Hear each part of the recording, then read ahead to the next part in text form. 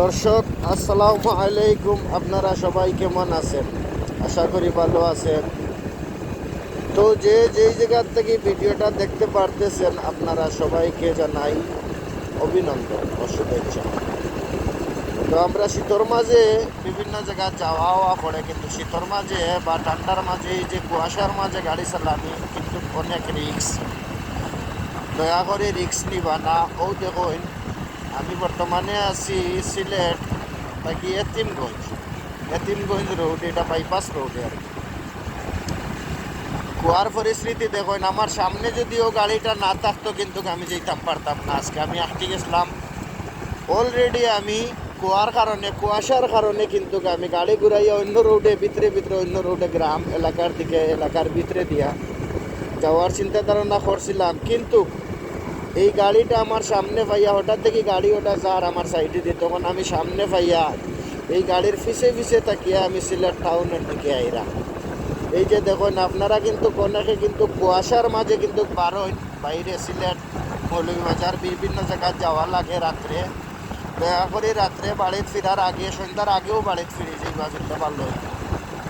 এই গাড়িটা যদি আজকে থাকতো না তাইলে কিন্তু আমার এই রোডে যাওয়াটা অনেক কঠিন হইতো। এখন একটু কুয়াশা কম, এই যে দেখুন এখন একটু কুয়াশা কম, কিন্তু এই যে দেখুন।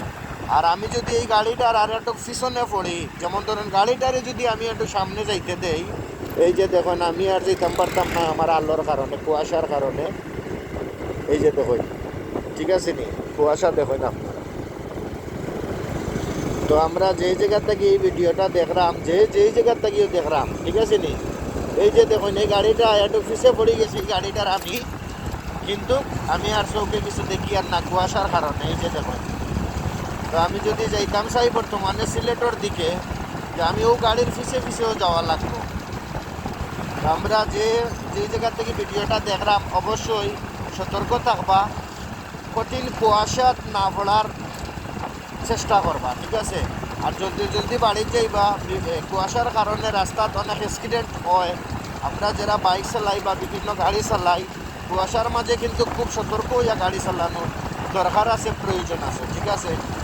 তো এই জিনিসটা মাথাত রাখবা সব সময়। আর আমি আপনার কাছে এই জিনিসটা তুলিয়া ধরলাম, আমি একটু সমস্যার মাঝে পড়ছি দেখি আপনারা কাছে তুলিয়া ধরছি। আমি যেই সমস্যাটার মাঝে পড়ছি, এই ধরনের সমস্যা যাতে আপনারা না পড়েন, ঠিক আছে? এই যে দেখো, কুয়াশার কারণে কিন্তু অনেক সমস্যা রাস্তাঘাটে। ধন্যবাদ সবাইকে।